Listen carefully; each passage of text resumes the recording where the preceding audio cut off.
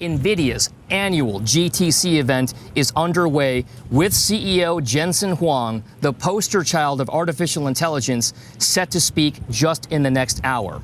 So let's break it all down with Wedbush's global head of technology research. You know him, colorful as ever, Dan Ives.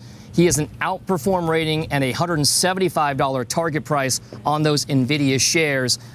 Notable bull, especially in technology. Bullish as your outfit right now. So let's talk about whether or not Jensen can deliver the goods at GTC this afternoon. I think it's going to be a watershed event. I mean, I think when you hear from the godfather of AI, Jensen, he's going to lay out what demand looks like for Blackwell. And ultimately, I mean, right now, we believe 15-to-1 demand to supply. You know, in terms of what we see for Blackwell.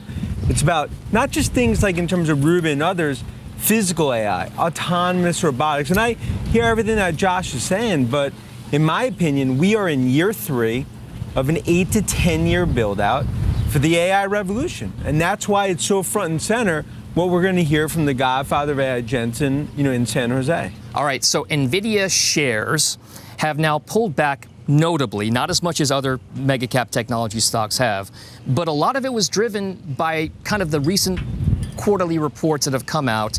The fundamentals are very much intact. Nobody's going to dispute that. But the question is relative to expectations, and that's where NVIDIA ran into some problems with its most recent numbers. They're still growing, and by a rapid clip.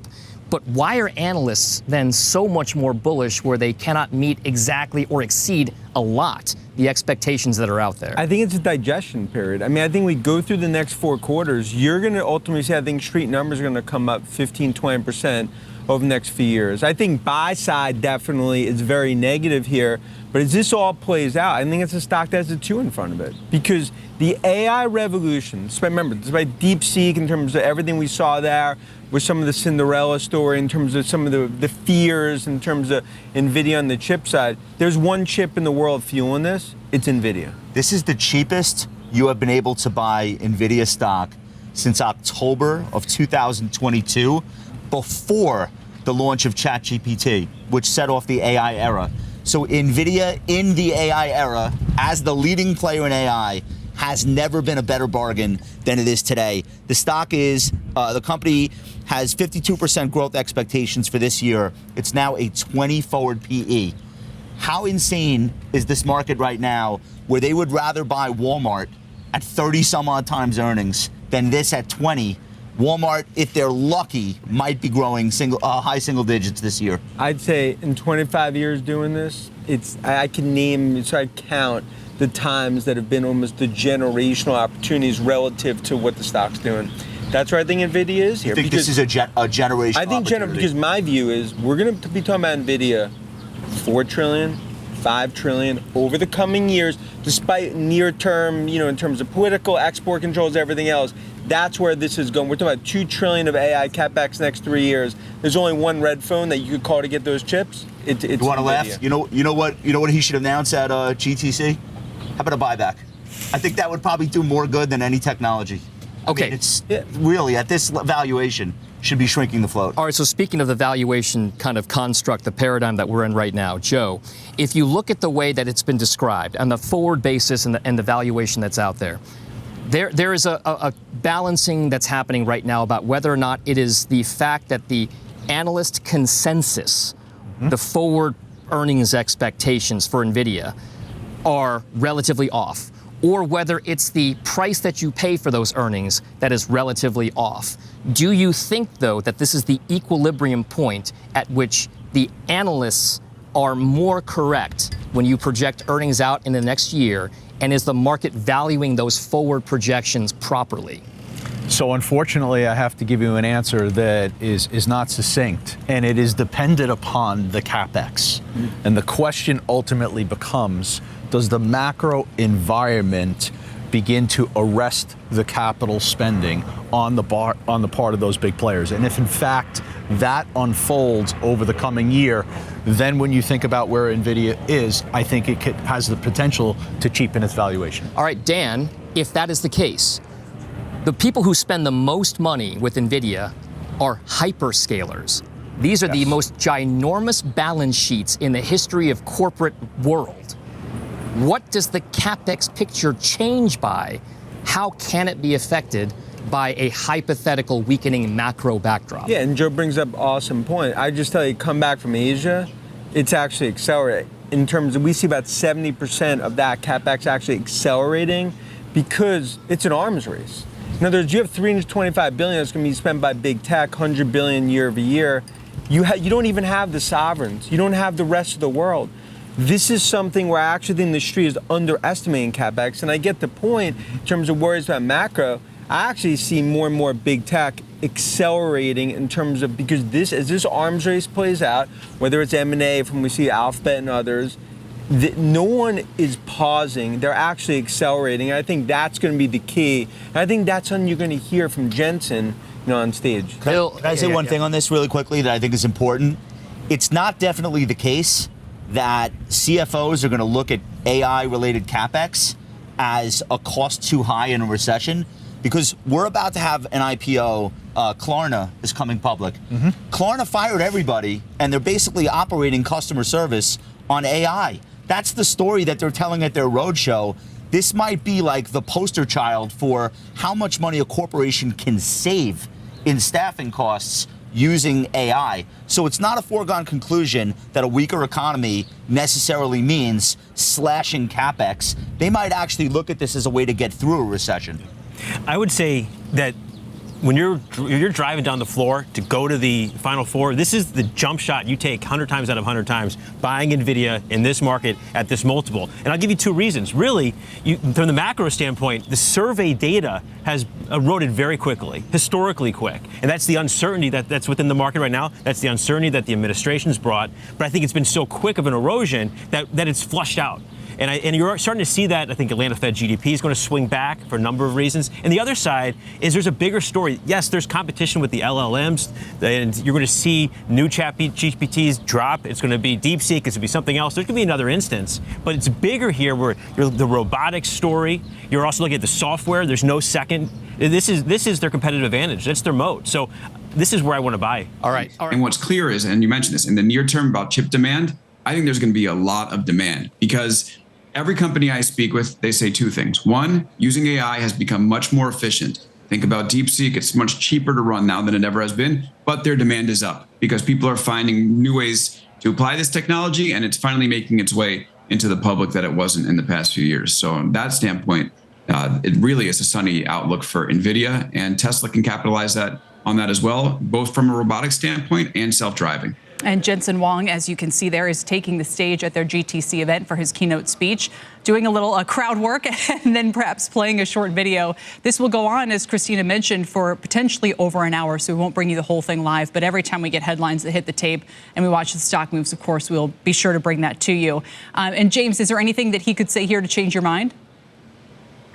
No, I mean, I think NVIDIA is a fantastic company. He's going to talk the demand up. Everything is great as it relates to the longer term opportunities. But right now, there's just too many unknowns for us to go, okay, NVIDIA is going to be the #1 position in our portfolio.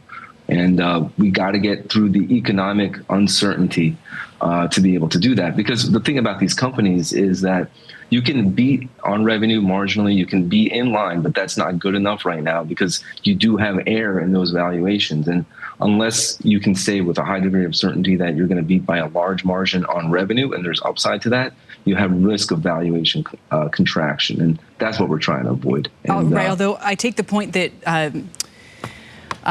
Josh Brown and others have made, James, where, look, if companies are looking to save, for instance, on labor, if the environment is uncertain, but they know that they can invest in AI and kind of become more efficient that way, could it actually be less of a headwind for a stock like NVIDIA than we presume? Potentially. I mean, look, they're at 25, 26 times earnings right now. It's not an egregious multiple. I mean, we're still in the stock.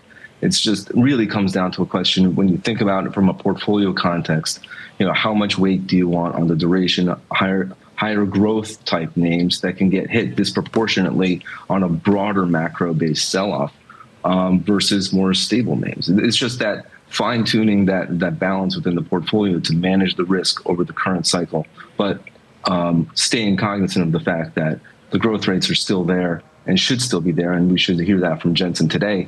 But just over the next, we have tomorrow to get through. We have tariffs April 2nd. There's just we got to get through the next couple of weeks. Yeah, and Alex, I think investors want the bigger picture here, sort of for his perception of chip demand, and kind of call it the medium term, when there's a lot of uncertainty around where the administration might go and cracking down further on their export controls to China, or kind of looking at that Singapore revenue center and trying to figure out or ask the company to answer exactly what's going on there. Yeah, you don't want uncertainty if you're in big tech. Clearly, there's been a lot of uncertainty at the beginning of this year, and we've seen a big decline. NVIDIA this year is down 14% already. And you're right, looking at export controls and examining Singapore probably isn't going to be good for the company, because the conventional wisdom now is a lot of those chips in Singapore are making their way to China and have been behind some of the innovations that we've seen from China. But I think if you look at it from a broader picture, I can tell you, I speak to the tech industry every day. And from what I see, they are investing and investing hardcore in AI and NVIDIA chips. We heard both OpenAI recently and Amazon say that they'll take as many NVIDIA chips as they can, or in OpenAI's case, it was they were out of GPUs. So I anticipate the demand for these chips to be very strong and the AI trade to continue to be very strong moving forward. All right, we'll listen for detail on that, on Rubin, Blackwell Ultra. This is like our list of buzzwords potentially as we move through this. Christina, let me start with you, because I saw you earlier in the day out there with Jensen himself. He was handing out hot dogs. You were trying to get him to talk. Did he give you anything in terms of what to expect here? What's he actually saying? He was handing out some sausages with his pancakes, and it was the full stack, as they like to joke around here, you know, a technical term. But yeah, I get it, because yeah, okay. But what he did say is that there's going to be a lot of surprises that Wall Street wasn't expecting. And to be frank, so I've been listening to the speech for the last hour, and if you don't follow this company closely, it is very technical, a little bit more difficult to understand for somebody that's just, you know, maybe trading in and out of this name. Jensen Huang, the CEO, did say that he is, you know, doing this entire speech unscripted, no prompter. One of the pieces of news that he just came out with is saying that they are creating an autonomous vehicle with GM. So and I quote, he said the time for autonomous vehicles has arrived, and so that's why you're seeing Mobileye. Their stock is actually dropping on that news. Mobileye, Intel has a big stake in Mobileye. Mobileye makes a lot of the autonomous design automation systems in the cars, and so that's why you're seeing a negative reaction, because they've just announced a partnership with GM. Yeah, so and I wonder what bit of news right now. Yeah, I wonder what that means for Tesla as well. We were just talking about Tesla in the last segment. Daniel, give us your sense. I mean, Christina's describing a technical insider type of speech here. Is that what the market wanted to hear today? The market was going to look for some reassurance that the NVIDIA trade, the AI trade, expanded upon beyond the data center. So over the last couple of years, it's been all up and to the right. Even though the stock has sort of moved sideways for a little while, NVIDIA had clear momentum, clear market share for the data center. But over the last couple of keynotes, you've heard Jensen pivot his posture. We're seeing over the last few days, AWS, Google, and others talking about their own AI chip ambitions. We've seen OpenAI do the same, as well as Meta. Jensen needed this keynote to come out and talk about automotive. It needed to talk about physical AI. And he also had a big part where he talked about partnerships with companies like Cisco and expanding into the enterprise. Because right now, they have the data center market, it's growing, and they certainly have a big position there. But I think that's going to change with these new XPUs. And he needed to show investors and customers that their technology is sticky and they're going to continue to lead the market. So you say they need to expand beyond the data center. Christina just told us they're expanding into the automobile with the GM deal that they just announced. Is that enough of a hook, Daniel, for investors? Well, they've been in automotive for a while, and then they started to cede market share to companies like Qualcomm. But over the last couple of keynotes, especially at CES and now here at GTC, we're seeing Jensen shape his story a little bit differently. And here's the important thing for investors is while we're in this kind of, panic inflection moment with tariffs and everything else, is the AI trade is rock solid. This $1 trillion of market of expanded CapEx spend, and it could be all AI chips. This is a massive opportunity. And even if NVIDIA cedes a little bit of share in both data center and beyond, it has a big opportunity. My take is it's cars, it's humanoid robots, it's edge, and it's enterprises. Jensen has been clear that that is there to be taken. The question is whether investors are buying it. I'm still looking for those proof points to show in the revenue, but right now it's looking good that he's getting that story out there. Christina, anything you'd add to that? I would say that you've almost seen a shift in tone from the CEO of NVIDIA, and it's become more defensive, that their chips are going to be more relevant in the next step of large language models that encompasses reasoning, and as you go up and it gets more and more complicated in terms of how they're training with synthetic data, he wants the audience to know that they are going to be used for those processes. Why? Because there's a concern that all of the hardware, there's so much money being spent at the moment, and that eventually there'll be a digestion period, and then that's when you'll have the cyclical nature of the chips world, following through. But to the point that was just made, agentic AI, this is a quote that's coming up from Jensen Huang, as a result of reasoning, is easily 100 times more than we thought we needed this time last year. If you don't understand even that sentence, all he's saying is that there's more compute required than initially thought, and then that means there's going to be more demand for those chips. If you believe that narrative in a few years, that there's going to be a return on investment, and that everybody's going to keep buying every iteration of chip coming out each year. Christina, what about these humanoid robots? We just heard Daniel talk about that market, and as another potential leg up for the future. I'm waiting for my own personal C-3PO. If it can fold laundry and empty the dishwasher and all that stuff, I will buy one. But is that a real market? Not within the next 5 or 10 years. The same thing with quantum computing. I'm sure he's going to talk about that. And we know that last time he said it was about 15 years out, and that created a negative reaction. This time around, I'm sure the choice of words will be a lot more positive. But these are longer-term goals, and so for people that watch our network, they're focusing on more, unfortunately, the near term. And how is this going to keep the magnitude of the data center beats, the earnings beats going, and keep gross margins in the mid-70s, which is still incredibly impressive for a company. But I don't know if the humanoid robots will be an immediate source of revenue within the next even 5 years. And Daniel, given that, what do you think shareholders are going to focus on in the near term? Yeah, I think they're going to continue to focus on how this data center transformation takes place. I think this XPU, GPU conversation, I think Sundar Pichai's comments yesterday about the TPU in the New York Times, I think AWS cutting its pricing aggressively on its newest chips. Everyone wants to see return on AI investment. That means consumption, Kelly. And right now, the spend in CapEx, it's pretty safe. And I actually think NVIDIA will continue to benefit from it. But I give it another, 12 to 24 months, and if people aren't able to start to measure these returns on investment, and this is where I think Jensen's really focused on enterprise, really focused on new revenue streams, because this CapEx thing could slow down.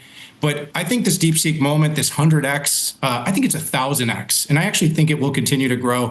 It's a good buying moment, in my opinion. Christina, I'm going to ask you an unanswerable question, which is part of the value of having reporters who are at these things is that, you pick up on the vibes and the mood in the room and sort of what the feel is at the place. And, you've been circulating around that event all day. How is this event different from what we've seen in the past? Are you picking up any change in the mood of people who are there? I would say that there's more people this time around, and just based off of the difficulty of me trying to book a hotel room being priced at $1,200, way more security, hence the reason why we're outside as opposed to being inside. In terms of celebrities, last year I got a great video of Kendrick Lamar, George Lucas, Ashton Kutcher, all of them walking out of the stadium in a line, and unfortunately this year I'm not going to capture it. I've only been told so far will.i.am is here in terms of celebrities. In terms of the actual excitement from the people, yeah, I had some meetings last night. People are excited. For those that are watching our network and maybe trading on the name, I think there's a little bit less excitement about how much can really change. And with CES, there's a lot that's already been fed into the market, and then possibly a lot that's already been priced in. You can see the share down around 3% now, unfortunately. Well, anything you've heard here that's either different from what you expected, reinforcing your kind of expectations as a shareholder, or what are you looking for that might be further to build the case here? Yeah, so the really interesting thing to me is that Jensen's already starting to pivot away from data center. If you notice, as soon as we started having the conversation following DeepSeek around whether there was still some there as far as data center, or if we would start to see companies like Microsoft and Amazon and Facebook and others pull back on some of that CapEx that they promised in the data center space, Jensen's already talking now about autonomous driving as if it's here. He's already talking with other cell phone carriers about integrating the chips there instead of having them live inside of the data centers as a way to get to the mobile opportunity. So I think what's really interesting is he's already forecasting out years ahead where he sees NVIDIA still playing a real role as far as the AI revolution is concerned, rather than sort of resting on their laurels and focusing on where AI is today and where that inference is happening in the data centers today. We should mention, of course, Malcolm joining us from Future Proof down in Miami Beach. We didn't just interrupt your vacation or anything like that, so that explains the backdrop. Gene, it all sounds great if Jensen is kind of broadening out the scope and talking about all these non-data center uses and the runway he sees there.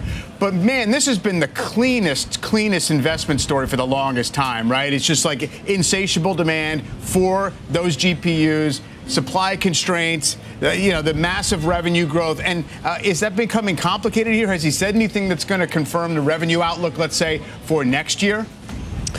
Well, if you want to read between the lines, there was a comment about revenue outlook over the next couple quarters. He said no one should buy Hopper. He laughed and said, "I'm the chief revenue destroyer. My salespeople are going to hate me." But he says that comment because he knows how strong Blackwell demand is. There's no scenario where, if he was concerned about where the business is in the current state, that he would make that joke.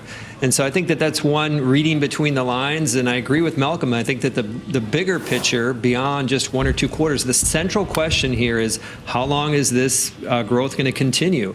And that goes back to a comment that he had on their last earnings call about this 100 to 1 million times more compute. And by my count, he spent a third of the 2 hours building his case that we're still early in this build out. And he talked about those autonomous opportunities, but I think the data center still is a huge opportunity for them. And so I really saw this as him reiterating his belief that we're still early, backfilling on some bold statements he made a few weeks ago. I guess, Malcolm, that's encouraging. On the other hand, I just do wonder if the customers here, the big cloud platforms and everybody else that's spending tens of billions of dollars this year and more on trying to build out this infrastructure, if they're happy to sign up for unending cycles of this. In other words, it's not like there's no time when they can essentially say, aha, we built something, it can now scale from here. It seems like it's a treadmill. Well, I think the biggest challenge is they have to spend these tens of billions of dollars just to compete against everyone else who's spending tens of billions of dollars to be there, right? The risk of not building and spending the money to build out that data center is way higher than it is if you spend, you overbuild, and then you don't necessarily need the capacity that you thought you did. So I think realistically, the CapEx that we've talked about is baked in and is firm for 2025, regardless of whether we have suspicion that maybe they'll want to dial that back later on. I don't think they can afford to. I think there's constant worry that my next door neighbor, Google, for example, Alphabet, Google Cloud, is going to get there if I don't spend the money, if I'm Microsoft, to protect my moat as Azure. Gene, I have a very vivid memory of similar talk about this when it came to EMC back in the late 90s, or Cisco, where it's like, I wish we could stop paying you guys for this stuff, but we just can't. And it worked really well, but eventually the market might get a little bit antsy about the idea that it's not going to be sustained. And maybe that explains why NVIDIA's valuation has gotten compressed. What's your take on how the stock is absorbing all this? No, absolutely. I don't think it's absorbing it very well. It is not absorbing it well. Essentially, all these positive comments, if you take Jensen at face value, the stock should be meaningfully significant higher from where we're at, potentially 30, 40, 50, 100% higher. And I think it really speaks to some of that scar tissue 25 years ago, and investors just reluctant around what the ultimate growth rate is in calendar 26. Right now, the street's at about 25% growth. I think it's probably going to be 35 or 40%. But I think at the core, there's this, again, question around sustainability. And I think that there are some very big differences between now and 25 years ago. Continue to believe NVIDIA's in a good place. The question for investors is going to be, number one, immediately the narrative shifts to what are the hyperscalers going to say in 5 weeks?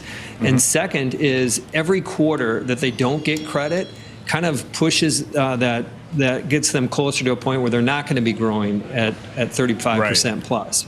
And so I think that that is one dynamic. Will they ever get credit for it? I think that they will, but they're not certainly not getting credit for it today. NVIDIA shares moving lower today, one of the worst performers in the S&P, despite CEO Jensen Huang's highly anticipated keynote address this afternoon at the company's GTC conference. As expected, Huang revealed new Blackwell Ultra chips that'll ship in the second half and next-generation Vera Rubin GPUs for next year. More Insights and Strategy CEO Patrick Moorhead is at the keynote, joins us now.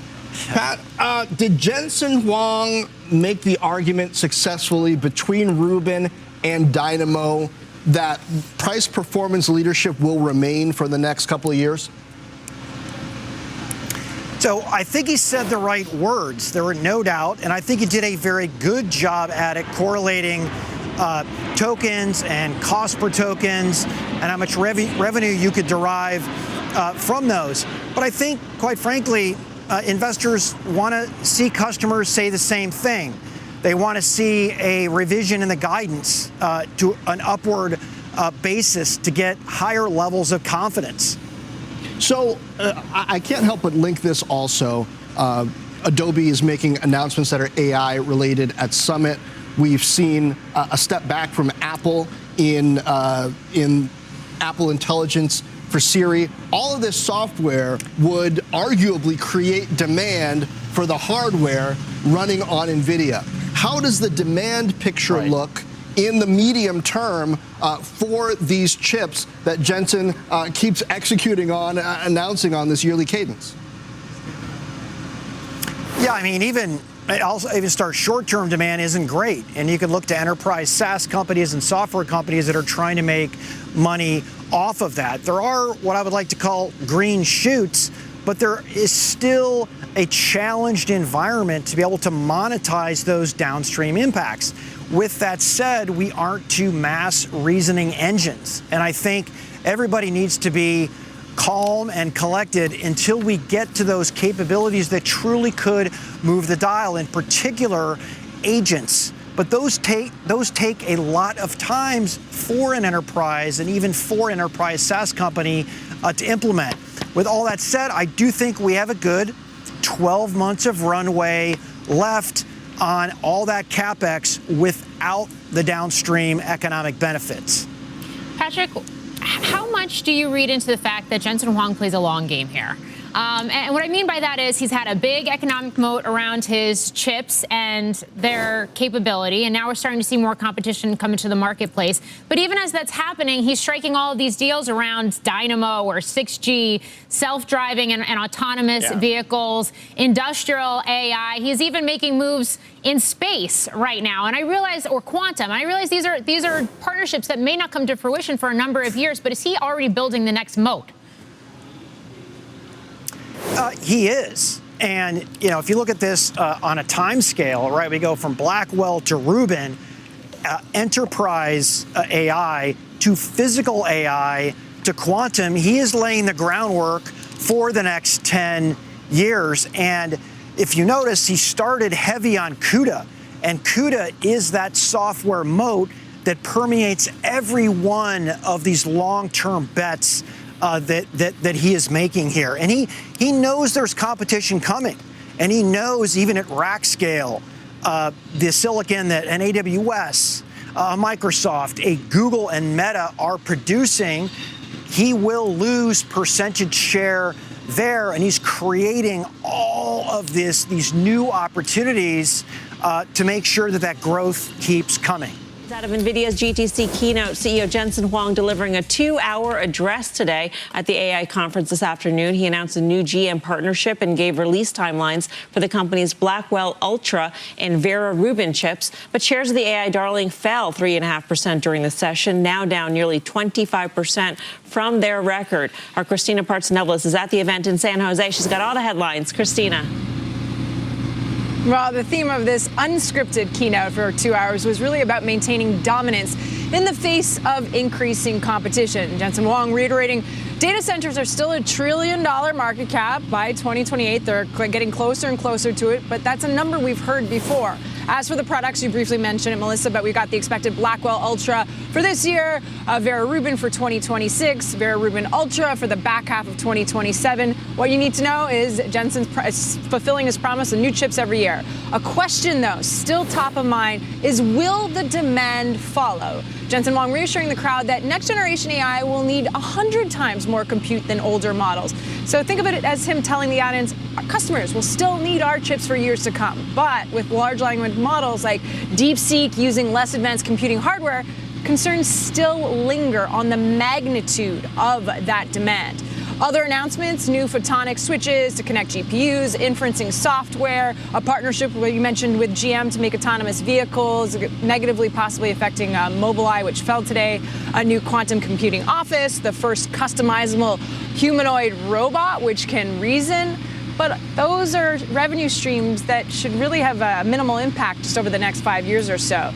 This speech was highly technical, as Jensen Huang detailed projects already previewed, many of them already previewed just over the last year or so. So I guess the big takeaway was no major surprises, clearly catering to a technical audience rather than investors, which may explain why the stock didn't really jump on all of these announcements, Melissa. Yeah, and Christina, as I understand it, there's a media call tomorrow, so that Jensen, his feet might be held to the fire a little bit more in terms of the question that has emerged since DeepSeek, and that is, are the hyperscalers really going to change? Has there been any sort of change at all in terms of expectation for the need for compute power, which he did address in that 2-hour keynote? Yeah, he did, but he addressed that same line in an interview on CNBC around earnings time as well. And to your point, the Q&A with the press will be in the evening tomorrow, so you may not see as much of a stock reaction throughout the day. But be rest assured, I'll be there, there'll be others, and we will grill him with questions. All right, Christina, thank you. Christina Parts-Nevelis. Down 3.5%. I guess they didn't answer that question. They did not answer that question in 2 hours. This is not granted for investors. This is not a meeting for investors. But still, that is what has been dogging the stock. Not a meeting for investors, but every investor is focused on the meeting. So it is a meeting for investors, and I think you're right. Look, Rubin looks like it's a second half 26 story. I think market probably knew that, number one. Margins didn't come up. Robotics, multi-trillion-dollar industry potentially. So he said all the things about the future and that are exciting, but I don't think anything that's been concerning investors or traders, I don't think any of those concerns were assuaged. And I continue to think that they might talk about a reacceleration of margins in the second half. I just don't see it happening. So this move actually makes sense to me. And this was not a scripted speech, my understanding. So this is a kind of a free-flowing dynamic. And to the extent that you could have just gotten a little bit more into where the new use cases, in other words, moving away from data centers, moving into, there's talk about collaboration with GM on AI, et cetera, et cetera. So the $1 trillion addressable market isn't really new. I think if you look at the stock, from that Jan 7th, at least recent high, it's been making lower lows. So, we're going to talk about some of the other big mega cap tech stocks, but there's nothing on the charts that tell you that this company is in a safe spot. And semis, continue to look like they're vulnerable. Is Tim playing hurt here, guy? Well, that tie would suggest he's playing something. What is that? Maybe it's the voice. Does it get wider? Melissa told me she loves this tie. She'd like me to wear it more often. Is he a little she's horse? laughing, as if that's not what she's saying. Nay. The fever's broken in this trade. Let's just be clear here, right? So if this happened a year ago, whatever he said here, with those throngs of people there who were really excited, the stock probably would have been up 5%. We were looking through the options market. The implied move between today, this morning, and Friday's close was about 6% in either direction. Just think about that, okay? So when you think about what's going on here, the expectations, I didn't think they were going to be particularly high. The company just reported a few weeks ago. They obviously didn't say any real big news for this sort of event, and they probably knew that. The one thing I'll just say, there's lots of headlines. When Guy talks about margins not going up in the second half of this year, the information has an article out this morning that Amazon Web Services, they're offering their own chip to cloud customers, same performance as the H100 from NVIDIA, but at 25% of the price. This is how any other semi company who's coming into the space, they're going to compete on price, especially if they have the same performance as the last gen sort of chips. So to me, listen, the story's great, okay? They're expected to grow earnings and sales this year 50%, trades at 25 times. Next year, it's supposed to grow 25%, expected, trades at 20 times. So if you're a valuation person and you believe what they're saying, then the stock is cheap here. But if you think that the fever's broken all around, if you think that the economy is going to get weaker, if you think their major customers are going to pull back in their CapEx at some point or diversify away from a single source, then the story is not that attractive right here. So it doesn't really matter what Jensen Huang says. I mean, to play the role of Ms. Silver Linings on this desk, and somebody else is not doing that tonight. Sorry, Mark, I missed that. The fact that there is no new guidance after 3 weeks after reporting earnings, maybe that is a good thing, considering how we have seen confidence drop off a cliff in so many other industries. For him to stick by that forecast, that wasn't enough still. No, I think you make a good point, right? They have every opportunity to back away. The economy is slowing. Maybe CapEx is not going to be as robust. I think you're right to point it out. But I also think the market's trying to get in front of a potential slowdown and the potential for CapEx not to be as robust as things, as many of these stocks have priced in. I think that's sort of the rub right now. Carter Braxton Worth, how do you read the charts here? What do you think? Well, I think, look, NVIDIA was the holdout, right? We know that the Philadelphia Semiconductor Index peaked in July. Here we are, March of the following year, and NVIDIA finally succumbed. So did Avago, Broadcom, of course, AVGO. But the point is that if you look at where we are in relation to 52-week highs, which is an important thing. The S&P down 10%, the tech sector down 14-15, semiconductors as a group down 23, and the equal weight semiconductor index out of Philly down some 30%. So the irony, or you pick the word, the single most loved area within the most loved sector, technology, semis are now, of course, the opposite side of all that love. Something's not right. The charts are not good, and I would continue to reduce exposure. How pervasive is the negativity? Well, we had a real test case today, didn't we? Today, Jensen Huang, perhaps the most influential CEO of our era, gave his keynote speech to GTC, which we all know as the Woodstock of AI. But he said it's become more akin to the Super Bowl. When you put 17,500 NVIDIAs and friends in the SAP arena in San Jose, you'd expect some sort of impact on the stock market, or at least in the stock of NVIDIA, but that sure didn't happen. Today, we learned that nothing's more powerful than multiple compression, as NVIDIA's stock actually slid $4.10. It declined 3.4%. I say, ouch. Okay, I can see a bear case here, although I don't share it. My Chapel Trust has a big position in the stock.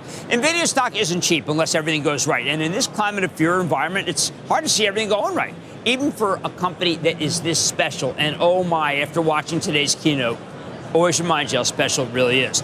Just because 17,500 people get together to listen to Jensen Huang, that doesn't mean you're going to get higher stock prices. Sometimes the tape is simply against you, end of story. At the keynote, Jensen delivered a terrific roadmap for his next-generation technology. NVIDIA is in full production for its most lucrative product, the Blackwell. And Blackwell Ultra is on the way, more lucrative. We saw devices that will make self-driving much safer. We saw devices that can reason, make decisions that we can't make because we're humans and we can't figure them out. We saw technology that can prevent wildfires. We heard about a spectacular partnership with GM to put AI in their cars and trucks. Totally additive. He had some very confident things to say about the data center build-out for AI, which he sees reaching $1 trillion surprisingly soon. But those didn't matter today. Jensen told us that he's gearing up for the next big thing in 2026 with the Vera Rubin. He likes to name chips after people, and Vera Rubin's the astronomer who discovered dark matter from Philly. We know that business needs more computing power, and the Rubin has it. Second half of 27, we're going to have the Rubin Ultra with even more compute. The specs were greeted with oohs and ahs. He talked about how much energy these chips will save, too. He talked about personal AI supercomputers that can do everything humans can do, and also play a good game of tennis. Yep, 2027. But what do we care about teraflops or stacked electronics or quantum photonics on a day like today? Teraflops might as well be cowflops. Then there are robots. So many cheers, so much excitement. Physical AI, robots of every kind in every industry, training robots requiring huge amounts of data. Blueprints built on NVIDIA can make those robots work, helping to solve the chronic labor shortage in this country. They will need so much compute that I can't imagine Jensen will ever meet the demand. Yes, that's right, the orders here are through the roof. I thought it was dynamite to watch. They are coming. They're around the corner. But in this market, nobody wants to wait for what's around the corner. We're not going to take our, well, you know what? We're not taking a rain check on even the greatest of robots, which I saw today on the screen at the keynote. So all these announcements from NVIDIA might mean everything for the future, but they meant nothing for the today. New partnership with Disney and Google that creates whole new worlds that everyone loved. We heard about the announcement of Groot N1. Hey, that could be legendary. Didn't matter, other than to make us laugh on a tough day. You know what's most unfortunate? I think Jensen Huang could have raised numbers today if he wanted. He could have taken them up big, right? That's not that kind of conference, but he could have. But you know what? I'm glad he didn't. Might have meant nothing to the stock anyway. Yes, the invisible disease known as multiple compression is just that powerful. And it really comes after tech stocks because they tend to be very expensive. NVIDIA stock isn't all that pricey, but the expectations for the keynote were high. So even though it was spectacular, nobody's going to care in this environment. Who else gets hit besides NVIDIA? How about anyone else involved with AI, given that AI is so hard to understand? If something is unknown and it costs a lot, like a lot of the AI stories, then its stock is going to go lower in a day like today, just like everything in the AI complex has been coming down for weeks.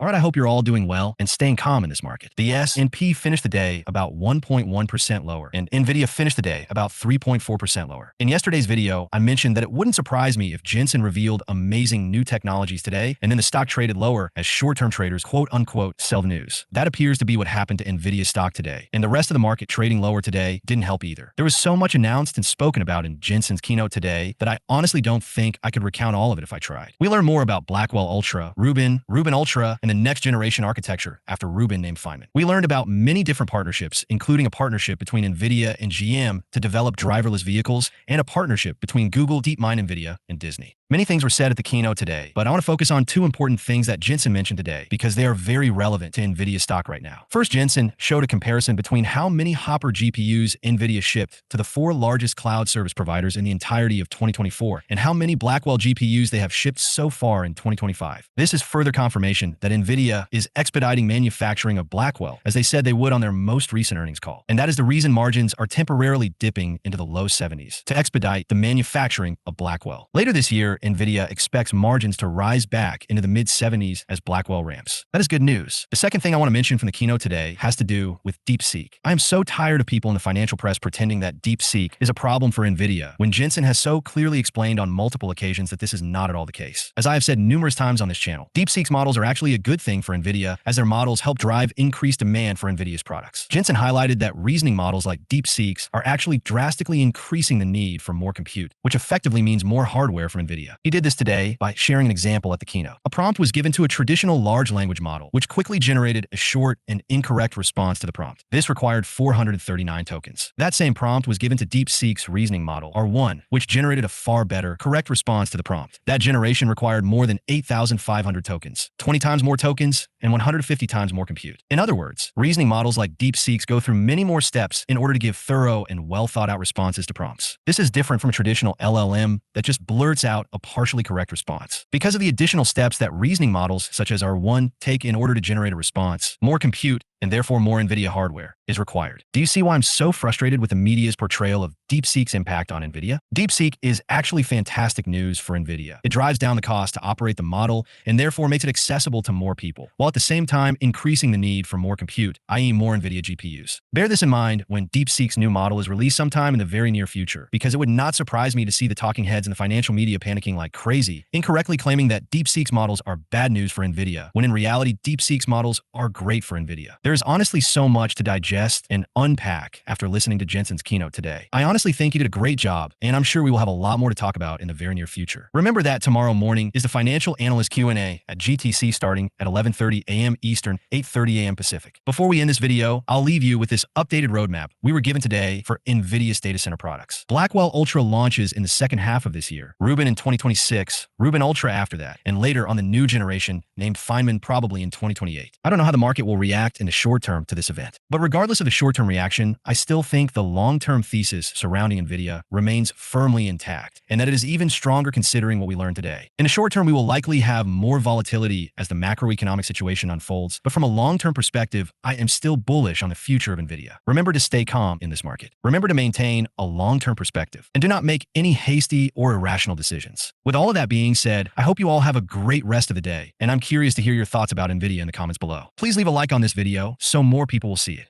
And while you're down there, please consider subscribing. It's free, and you can always change your mind. Thanks for watching, and hopefully I'll see you in the next video.